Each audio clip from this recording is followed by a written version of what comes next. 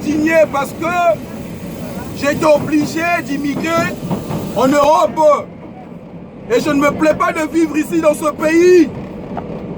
Je pense que je serais mieux chez moi au Congo qu'ici. Mais la politique française m'a obligé de quitter mon pays.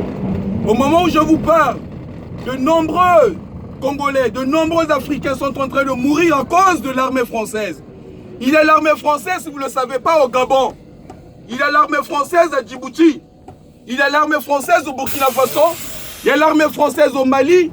Il y a l'armée française en Côte d'Ivoire. La liste est longue, je ne vais pas tout citer. Que fait l'armée française dans les autres pays? Voilà. Notre armée n'est pas ici, nos armées ne viennent pas ici. C'est de l'occupation pacifique. pacifique. L'armée française en Syrie, hier encore, ils ont bombardé qui? Est-ce que ça, la culture de la paix, aller bombarder chez les autres? Ils n'ont pas le droit de vivre. Est-ce que ce serait bien qu'on vienne bombarder en France parce qu'il y aurait une faute? Parce qu'un président aurait fait une faute? Ce n'est pas normal. Tout ça, c'est de la mascarade. Nous en avons marre. Le peuple noir a subi 400 ans d'esclavage, s'il vous plaît. 400 ans. Traité comme de la bétail. Élevé pour être vendu. Ce n'est pas fini. Arrêtez. La France-Afrique.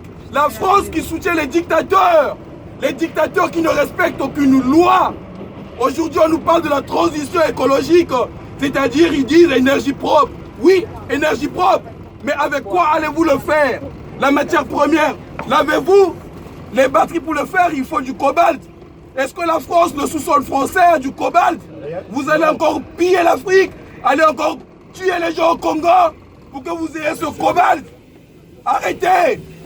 Ça suffit, on en a marre. On n'en peut plus. Arrêtez de soutenir les dictateurs. Notre peuple souffre en Afrique.